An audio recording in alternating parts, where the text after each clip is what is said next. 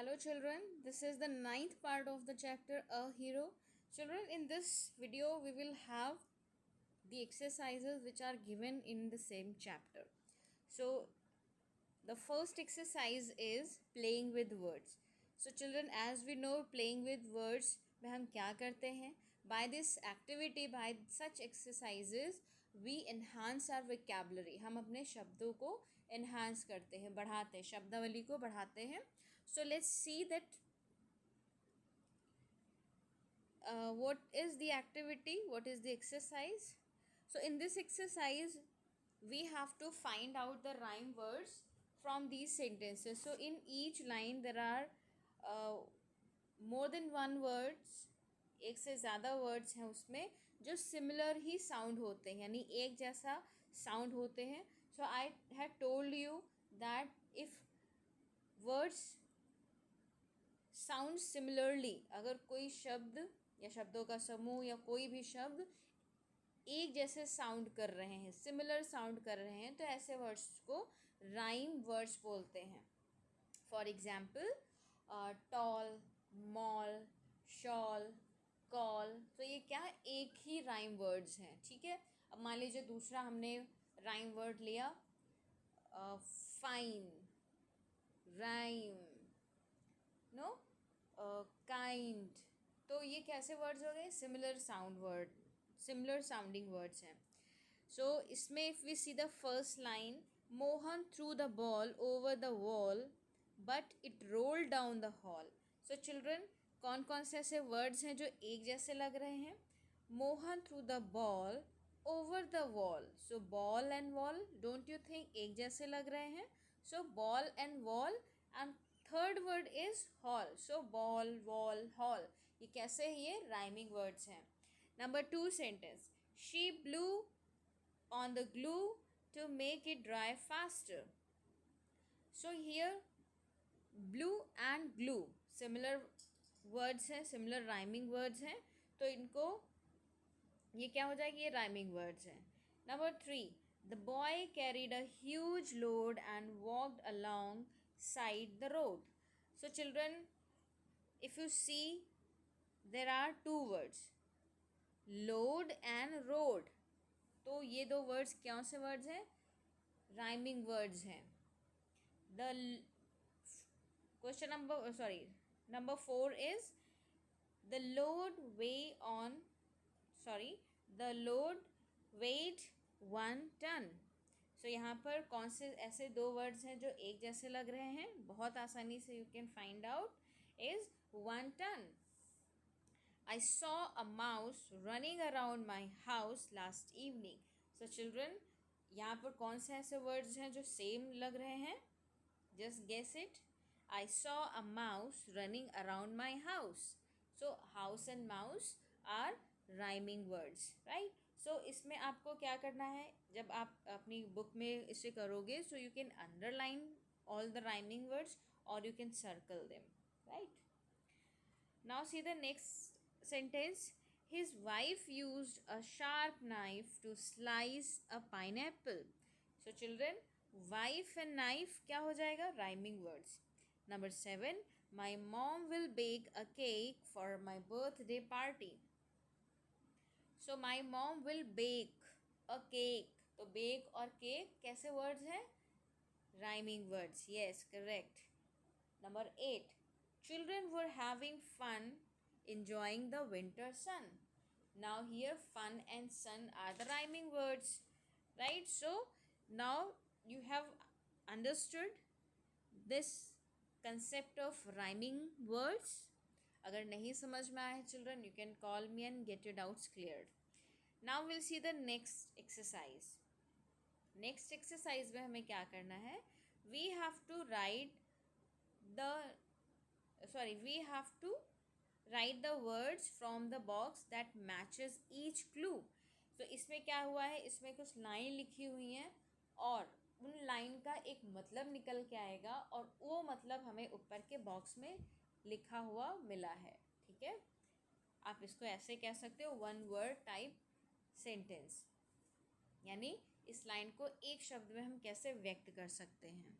जैसे पहला वर्ड है cuddle और hold something closely, right? किसी चीज़ को कस के पकड़ लेना या फिर किसी के करीब जाके या सट कर लेटना या फिर बैठना, राइट? तो ऐसे इसके लिए कोई एक वर्ड है जो उस पूरी लाइन को हम बोल सकते हैं उस वर्ड के थ्रू.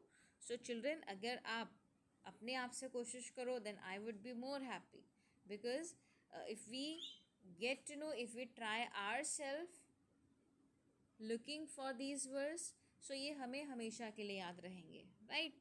सो इसका वर्ड क्या होगा? इसका मीनिंग होगा स्नगल, राइट? सो स्नगल का मतलब होता है, suppose I am going to give you very small example.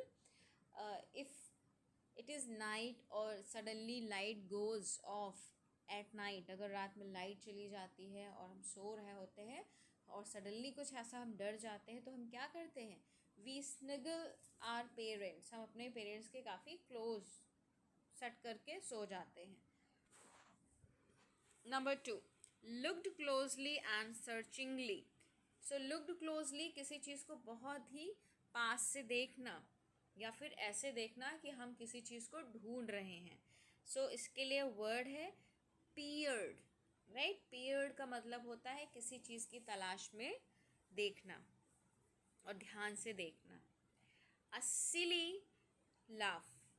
A silly laugh, सिली मतलब होता है बेवकूफ़ी भरा या मूर्खतापूर्ण लाफ, यानी ऐसी हंसी जो जिससे पता चले सामने वाला मूर्ख है, फिर उसकी हंसी मूर्खों जैसी लगे. सो चिल्ड्रन, आपने देखा होगा कि कुछ लोग दांत बंद करके ही करके हंसते हैं, राइट? सो ऐसे हंसी को हम बोलते हैं गिगल, राइट? क्या बोलते हैं? Giggle. So do you giggle? Number 4, disappear और go out of sight, यानी disappear. appear का मतलब दिखना होता है, और अगर उसमें हम dis लगा दें यानी ना दिखना, यानी नहीं दिखना या फिर नज़रों से दूर हो जाना या नज़रों से गायब हो जाना. सो यहाँ पर वर्ड यूज़ होगा vanish. Children, let me give you a very daily life example. कपड़े जब हमारे बहुत गंदे हो जाते हैं, स्पेशली वाइट कलर के कपड़े, तो एक डिटर्जेंट पाउडर आता है जिसका नाम है वैनिश, राइट? गायब कर देना. टीवी पे ऐड अगर आपने देखा होगा, बहुत 1-2 साल पहले इसका ऐड काफ़ी आता था. तो वैनिश का मतलब हो तो गायब कर देना. तो ऐसे ही डिटर्जेंट जिसका नाम वैनिश है, उसको जब हम कपड़ों पे लगाते हैं तो सारे दाग गायब हो जाते हैं, right? So I want to vanish one of the spot of my white dress, right? So ये example था. Now number 5, cure or get healthy again. Cure और get healthy again, it means किसी चीज़ का उपचार कर लेना या फिर जल्दी से सेहत सही हो जाना, राइट? तो जब हमारी if we hurt our finger और एनीथिंग, अगर हम कहीं हमें if we get any kind of injury and we apply some ornament और we take some medicines, so उसके बाद हमारी चोट क्या होती है? हमारे जो वुंड्स होते हैं वो क्या होते हैं? भर जाते हैं, ठीक है? तो यानी वो क्योर हो जाता है, वो सही हो जाता है, वो हेल्दी हो जाती है वो जगह. तो उस प्रोसेस को हम क्या कहते हैं? Heal. This is not that heal जो एड़ी वाली हील होती है. Heal, HEAL. हील का मतलब होता है घाव का भर जाना. नंबर 6, टू डेवलप और ग्रो अप. तो किसी चीज़ में विकास होना या फिर किसी चीज़ का ग्रो होना, बढ़ना, ठीक है? अगर हम अभी हम धीरे धीरे क्या कर रहे हैं? We are growing, you are growing young and I am growing old, ठीक है? तो आप जैसे जैसे हम बढ़ते जाते हैं, हम क्या हो जाते हैं? मैच्योर्ड, ठीक है? तो the process of getting, or you can say the process of growing up is called mature. So number 6 का जो word होगा वो हो जाएगा mature. Number 7, feeling great delight और जॉयस, बहुत डिलाइट यानी बहुत खुश फील करना, बहुत ज़्यादा आनंदमय फील करना। तो ऐसी सिचुएशन के लिए एक वर्ड होता है जिसको कहते हैं ecstatic. Ecstatic, right. So ecstatic का मतलब होता है बहुत ज़्यादा खुश होना। Now number 7 is make a sound to indicate pain or discomfort. So children, when we have kind of pain and we are not able to tolerate, we can't hide it, so what we do, we start making painful sound, हमारे मुंह से आवाज़ निकलने लगती है, हम control नहीं कर पाते, हम करहाने लगते हैं। तो करहाने की इंग्लिश, और या फिर जब हम दर्द से करहाते हैं या फिर रोते हुए करहाते हैं, किसी भी तकलीफ़ से हम करहाते हैं, तो वो जो वर्ड होता है वो क्या हो जाता है, ग्रोन। ठीक है, तो ग्रोनिंग इंसान भी करते हैं, ग्रोनिंग जानवर भी करते हैं, right. Now the last, not this is not the last exercise, second last exercise. Now this exercise is related to your grammar, but yes, we have already done it, that's why I am taking it right now here. So what we have to do, we have to complete the sentences by changing the verb given in the brackets into simple future tense, right? So simple future tense में हमें sentence को change करना है। तो what is the sentence here? अच्छा, let me remind you what is the syntax of simple future tense. Simple future tense में या फिर फ्यूचर इनडेफिनिट में हम सब्जेक्ट के बाद विल लगाते हैं। क्या लगाते हैं? सब्जेक्ट के बाद विल। जैसे मान लीजिए मैंने कहा कल मैं क्लास लूँगी, आई विल टेक क्लास। आप लोग क्लास में आएंगे, you will come to the class. You will study, I will teach. ठीक है, तो ये क्या है? ये सिंपल फ्यूचर टेंस है। अब चिल्ड्रन हमें कुछ भी नहीं करना है, ये जो ब्रैकेट्स में वर्ड्स लिखे हुए हैं, जो क्रियाएं लिखी हुई हैं, ये वर्ब की फर्स्ट फॉर्म लिखी हुई है। और सिंपल फ्यूचर टेंस में हमें हमेशा विल के बाद वर्ब की फर्स्ट फॉर्म लगानी होती है। ठीक है, तो हम यू के बाद विल लगाएंगे और फील को चेंज नहीं करेंगे, हम एज इट इज़ कॉपी कर लेंगे। ठीक है, तो हो जाएगा sentence, you will feel sick if you eat too much food. Number 2, I will drink a glass of juice for breakfast, right. So यहाँ पर कुछ नहीं करना, बस हमें विल हर जगह पर लगा देना है। और ये जो रेड कलर से ब्रैकेट में वर्ड्स लिखे हुए हैं, ये अपने आप में ही वर्ब की फर्स्ट फॉर्म है, सो हमें कोई भी बदलाव नहीं करना है। नंबर 3 के लिए, Karan will plan the party for us. Number 4, all the students will go on a field trip, right? So will go हो जाएगा। I will write a letter to my uncle tomorrow. Again, I के बाद will के बाद verb की first form write, so I will write. Then number 6, I will walk the dogs in the evening, right? So children, एक यहाँ पर एक सीखने वाला word है, this is for your information, this is just for your knowledge. Dogs को टहलाना, जब हम अपने डॉग्स को टहलाने के लिए जाते हैं तो हम वर्ड यूज़ कर सकते हैं walk the dog, right.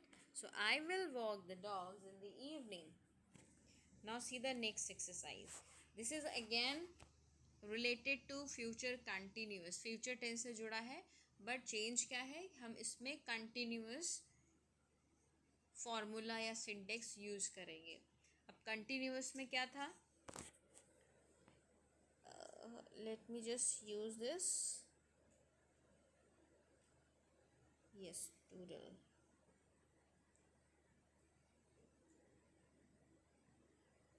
Wait, okay. So इसमें हम क्या कर सकते हैं, इसमें हमें कुछ नहीं करना है, सब्जेक्ट प्लस will प्लस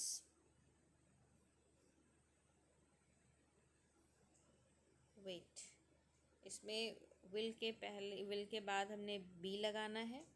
और अगर नॉट आता है चिल्ड्रन, अगर नॉट आएगा तो हम यहाँ जहाँ मैंने एक स्टार बनाया है वहाँ पर नॉट लिख लेंगे, ठीक है।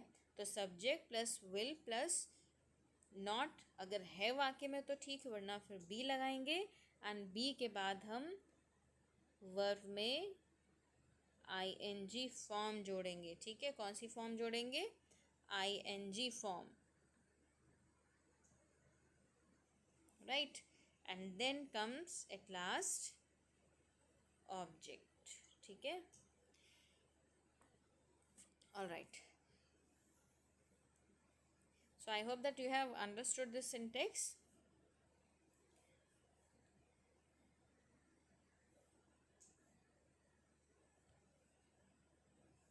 Yes. So अब हमें इसमें ऑलरेडी विल लगा हुआ मिल गया है। अब हमें क्या इसमें करना है? बी को लगाना है और आईएनजी फॉर्म लगानी है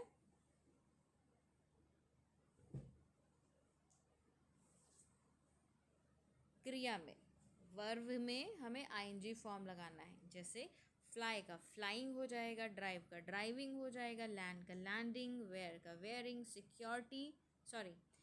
गार्ड का, जैसे गार्ड यहाँ पर एक नाउन है, कीप का कीपिंग हो जाएगा, एंड वेट का वेटिंग हो जाएगा। Now will see how we need to do it. I will be, right, यहाँ पर विल के बाद बी लगाना ना भूलें।